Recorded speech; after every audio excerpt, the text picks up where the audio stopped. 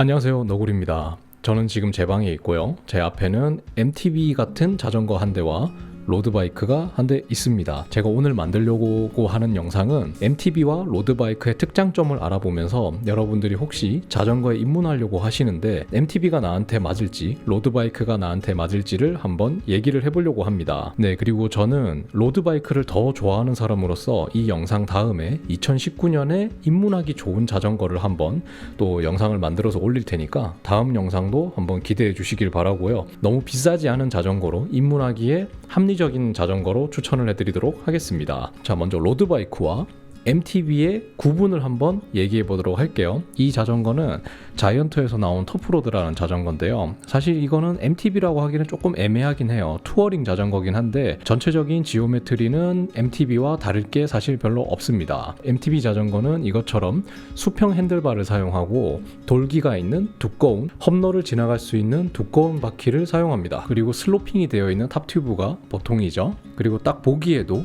로드바이크와 비교했을 때 뭔가 좀 더 크고 두껍고 단단하게 생겼습니다. 그리고 일반적인 로드바이크 같은 경우는 이렇게 드롭바가 아래로 내려가 있는 이런 핸들을 사용하고요. 바퀴 같은 경우에도 굉장히 더 MTB와 비교해서 얇은 바퀴를 사용하고 있습니다. 물론 제가 말하는 얇은 바퀴라는 거는 이 타이어의 폭을 얘기하는 거고요.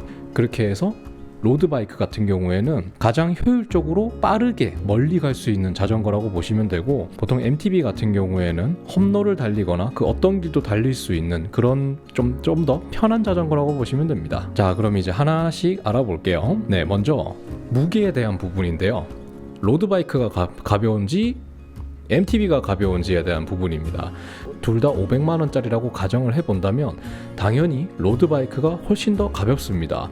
만약에 500만 원짜리라고 한다면 MTB 같은 경우에는 한 10kg 정도, 로드 같은 경우에는 7kg 초반대 정도로 굉장히 가볍습니다.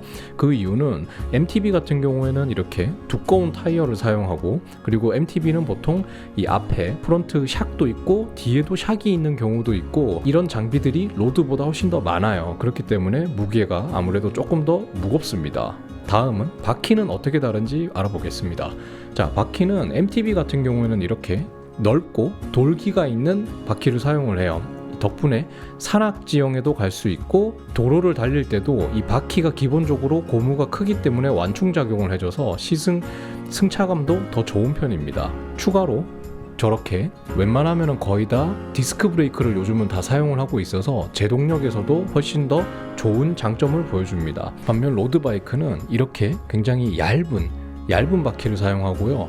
진짜 얇은 거는 18mm, 바퀴 폭이 18mm, 그리고 제가 사용하고 있는 바퀴는 25mm고요. 저기 위에 있는 휠 같은 경우에는 23mm 휠입니다. 즉 굉장히 진짜 그 엄지손가락 하나보다 조금 더 굵을 정도로 얇은 바퀴를 사용하는 게 로드바이크입니다. 때문에 로드바이크는 훨씬 더 공기압을 많이 넣고 MTB 같은 경우에는 공기압을 적게 넣게 되죠. 자, 그러면은 로드바이크와 MTB 중에 어떤 게 더 펑크가 잘 나느냐라고 물으신다면은 당연히 로드바이크 쪽이 훨씬 더 펑크가 잘 납니다. 당연히도 타이어가 더 가볍고 MTB보다 덜 튼튼하게 만들어질 수밖에 없어요. 경량화 때문에도 문제가 있기 때문에 훨씬 더 펑크가 많이 나는 게 로드바이크입니다. 실제로 MTB 같은 경우에는 웬만한 험지에서 타거나 심하게 타지 않는 이상은 거의 펑크가 현실적으로 안 난다고 보셔도 될 정도로 펑크가 안 나는데, 로드바이크 같은 경우에는 정말 진짜 재수가 없으면 뭐 한 달에 한 번씩 펑크가 나는 분도 있을 정도로 펑크에 대한 스트레스가 꽤 있는 편입니다. 자, 그러면 자세에 대해서 한번 알아봐야 될 텐데, 지금 제가 걸어놔서 조금 밸런스가 안 맞긴 하지만 안장과 핸들을 보면 바닥에 붙어 있다고 가정을 했을 때 MTB 같은 경우에는 핸들이 높습니다. 반면 로드바이크 같은 경우에는 안장이 더 높고 핸들이 낮은 형태를 취하고 있죠. 자전거를 타면서 가장 큰 적은, 속도를 내지 못하게 하는 가장 큰 적 중에 하나는 바로 바람의 공기의 저항인데요. 이 공기의 저항을 줄이기 위해서 로드바이크는 훨씬 더 낮고 공격적인 자세를 취하게 됩니다. 때문에 MTB 같은 경우에는 자세가 편하지만 속도를 내기에는 좋지 않고, 로드바이크 같은 경우에는 자세가 불편하더라도 속도를 내는 데 있어서 아주 좋은 자세를 취하게 됩니다. 때문에 장거리를 가는 데 있어서 로드바이크 같은 경우에는 빠르지만 조금 불편할 수 있고요. MTB 같은 경우에는 느리지만 편하게 라이딩을 할 수 있습니다. 하지만 이거는 선택이에요. 왜냐하면 차라리 조금 불편하더라도 로드바이크를 타고 그 코스를 빨리 마무리하는 것 또한 좋은 방법이라고 할 수 있습니다. 또 하나 많이들 궁금해하시는 게 바로 오르막은 어떤 게 더 오르기 편한가에 대한 질문이에요.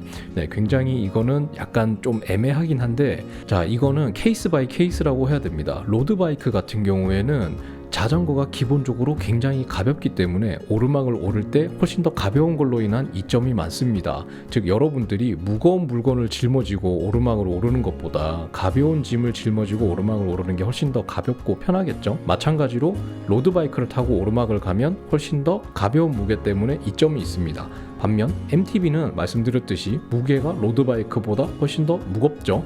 그것 때문에 무게에 대한 단점이 있습니다. 하지만 여기서 큰 차이점이 뭐냐면, 로드바이크 같은 경우에는 저기 기어가 보이시는데, 이 기어를 속도를 내는 데 위주로 되어 있기 때문에 기어의 기어비가 높게 되어 있습니다. 즉, 오르막에서 굉장히 큰 힘을 줘서 올라가야 되는데, MTB 같은 경우에는 기어비가 굉장히 낮은 기어비를 가지고 있는 자전거들이 많아요. 그래서 오르막을 갈 때 로드바이크는, 자전거는 가볍지만 천천히 꾹꾹 밟아야 되지만은 MTB 같은 경우에는 가벼운 기어비로 팔랑팔랑 하면서 올라갈 수 있기 때문에 오히려 급격한 경사에서는 MTB를 타고 가는 것이 훨씬 더 편합니다. 자, 지금 제가 말씀드린 것들로 해서 여러분들이 자전거를 입문하시는 데 있어서 도움이 되시기를 바라고요. 그리고 저는 개인적으로 당연히 MTB보다는 로드바이크를 추천해 드립니다.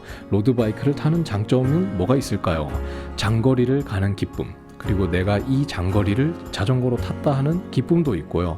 뭐 예를 들어서 저 같은 경우에는 랜도너스를 가게 되면 하루에 200km 이상을 타게 되는데, 200km를 로드바이크로 타는 데 있어서 그렇게 어렵지가 않아요. 실제로도 그런 만족감도 느낄 수 있고, 또 가족이나 친구들에게 자랑도 할 수 있습니다. 예를 들어서 내가 하루 만에 200km를 탔다, 하루 만에 200km를 몇 시간 만에 달렸다 라는 걸로 자랑도 할 수 있고, 이런 것도 좋은 장점이라고 할 수 있고요. 또 로드바이크가 아무래도 이런, 물론 예쁜 MTB도 많기는 하지만 제 눈에는 로드바이크가 약간 좀 더 스포츠카 같은, 그러니까 차로 치면 이게 스포츠카 같은 거죠. 그래서 이런 거에 대한 매력도 훨씬 더 많다고 생각이 됩니다. 네, 자전거를 고르는 데 있어서는 물론 여러분들의 취향이 가장 중요한 부분이라고 생각을 하고요. 여러분들이 마음에 드시는 자전거를 타시면 됩니다. 하지만 저는 로드를 좀 더 좋아하기 때문에 로드바이크를 추천을 드리고요. 그래서 제가 다음 영상에는 2019년을 맞아서 어떤 로드바이크를 타면은 입문할 때 좋을지를 한 100만 원에서 200만 원이 넘지 않는 선에서 추천 영상을 만들고요. 그 다음 영상에서는 입문자를 위해서 자전거 용품을 저렴하게 맞출 수 있는 제가 추천 세트를 한번 또 영상을 만들어서 올릴 테니까요. 다음 영상도 기대해 주시고 추천과 구독을 해주시면 정말 제가 영상을 만드는데 큰 힘이 되니까요. 한번 추천과 구독 부탁드리겠습니다. 그러면은 저는 다음 영상에서 또 뵙겠습니다. 감사합니다.